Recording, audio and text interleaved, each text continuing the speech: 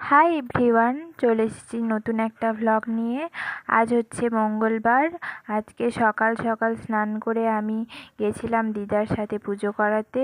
তো আজ হচ্ছে আমার বড় মামার জন্মদিন, আর আজকে হচ্ছে জ্যৈষ্ঠ মাসের মঙ্গলবারের পুজো, যেটা আমার মা আর দিদা প্রত্যেক বছর জ্যৈষ্ঠ মাসে করে থাকে প্রত্যেক মঙ্গলবার।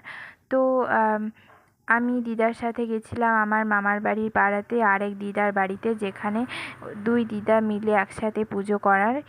এবার ওইখানে পুজোর জোগাড় যন্ত্র করে ঠাকুরমশাই চলে এসেছেন এবং উনি পুজো করছেন।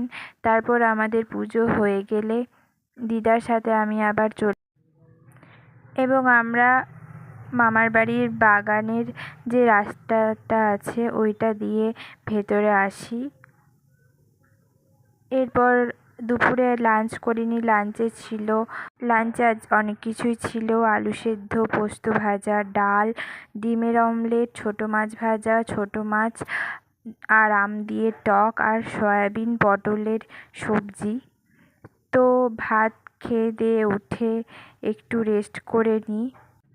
এরপর আজকে, যেহেতু আগেই বললাম বড় মামার বার্থডে, তো দিদা পায়েস করেছিল এবং রাতে ডিনারে ছিল লুচি, পায়েস আর দিনের যে সবজি ওটা বেশি করে করে নিয়েছিল, তো ওটাই খেয়েছি। তো আজকের জন্য এইটুকুই, বাই। আর তোমাদের কাদের পায়েস ভালো লাগে অবশ্যই কমেন্টে জানাবে।